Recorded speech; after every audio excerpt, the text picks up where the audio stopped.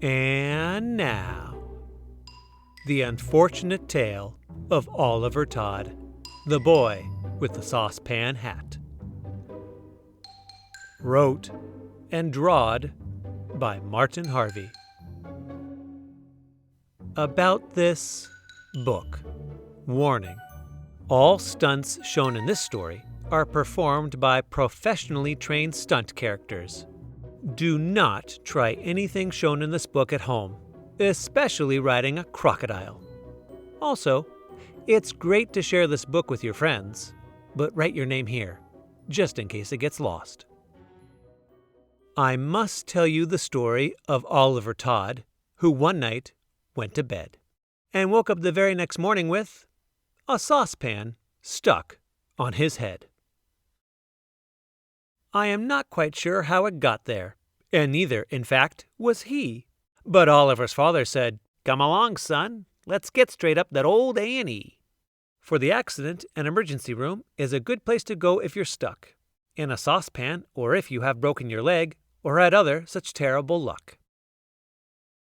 So off Ollie went with his mum and his dad and this kid called Alan, his mate. And they took along apples and iPads and stuff, 'cause they knew that they'd have a long wait. The receptionist said that it could be a while, 'cause we're busy on Sundays, you see. Also Mondays to Fridays, and Saturdays too, but I'll see if a doctor is free. So they waited and waited, then waited again. Then they waited a little bit more. When they got there, I think it was 9:45, but by now it was 4:15. "I'm sure you'll be seen in a minute," said Alan, "or maybe a bit after that, 'cause I know any doc would be eager to see the boy with the saucepan hat." Well, after a couple of minutes went by, and a couple of hours after that, then a doctor appeared, looking worried, and said, "Where's this kid with the saucepan hat?"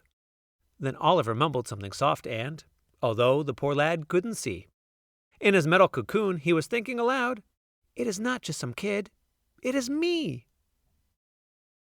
The doctor was curious. "What have we here?" he said, prodding and poking poor Ollie. "If you wanted to keep the cold rain off your head, why on earth could you not use a brawly?" "I've seen all kinds of people," the doctor explained, "even some who are already dead. But in all of my years, I've not once seen a boy who is trying to cook his own head." So, with grunting and pointing, poor Ollie explained, he was making some medieval armor to protect his kid sister from dragons and things, which were seriously threatened to harm her. "And I dreamt I was fighting a dragon, you see, or a medium to large crocodile. But it's hard to identify quite what it was, 'cause I haven't fought one for a while." The doctor smiled and shook his head, and he gave the old saucepan a knock. "Well, there's no such thing as a dragon, young man.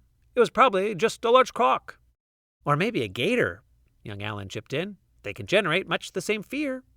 But the doctor was stroking his chin as he said, "We don't have them gators around here." So they ummed and they awed and they pondered a bit and they drank lots of tea in between, till they came to the sorry conclusion that this was the worst case that they'd ever seen. "We could just cut it off," said an eager young nurse, who was obviously terribly new.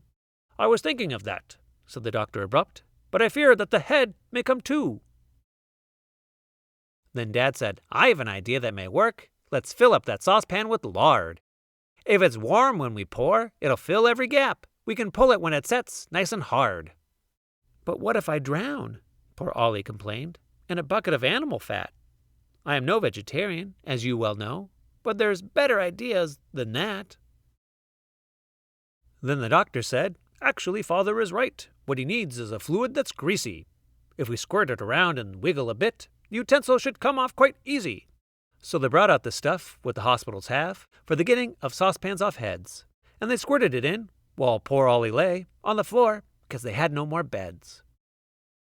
Then the doc held his rubber-clad hand up at last, and in calling a halt to it all, "My professional opinion," he casually said, "he has chosen a saucepan too small. There's nothing that medical science can do. I've never seen nothing this bad. It's exactly what's bound to occur if you give such a thing to a 10-year-old lad. But perhaps we can make perforations," he said, "for his hair to grow. That would be wise. And perhaps we can cut out a slot for his mouth and a couple of holes for his eyes. Well, I'm sure you will understand how Ollie felt when he learned how he'd now have to live. How I wished I hadn't tried saucepans, he said.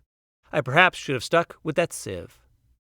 So they cut out some eye holes and sent Ollie home, and he wasn't the happiest kid. When he went back to school and he sat in the class with his books and his big metal lid. Still, funny things happen in life, don't you know? And a couple of months or so later, young Ollie was dreaming of dragons again, or perhaps just that big alligator. And he dreamt that the dragon bit into his head, and the saucepan, being ever so strong, kept him perfectly safe as he battled the beast, and then, when he woke up, it was gone. And not just that dragon, or gator, or croc, or whatever it turned out to be. On the top of his head, where the saucepan had been, there was nothing, and now he was free. And I don't need to tell you how happy he was, or that so were his mom and his dad. Or that everyone said, of the nightmares they'd heard, this was one of the worst that they'd had. So the moral is clear, if you feel that you have, to wear something to cover your head. Wear a hat, or a wig, or a bicycle helmet, but please do not wear it in bed. And a saucepan is totally, utterly wrong. Now you've seen what just happened to Ollie. If it's dragons you're fighting, a saucepan may fit, but you're better off using a brawly. And so, that is the story of Oliver Todd. And I hope that you like what you've read. And I hope that you go to sleep happy tonight with no crocodiles under your bed. And I hope you remember what saucepans are for. And remember what Oliver said. If you ever go fighting a dragon, take care what you choose to put over your head. The end.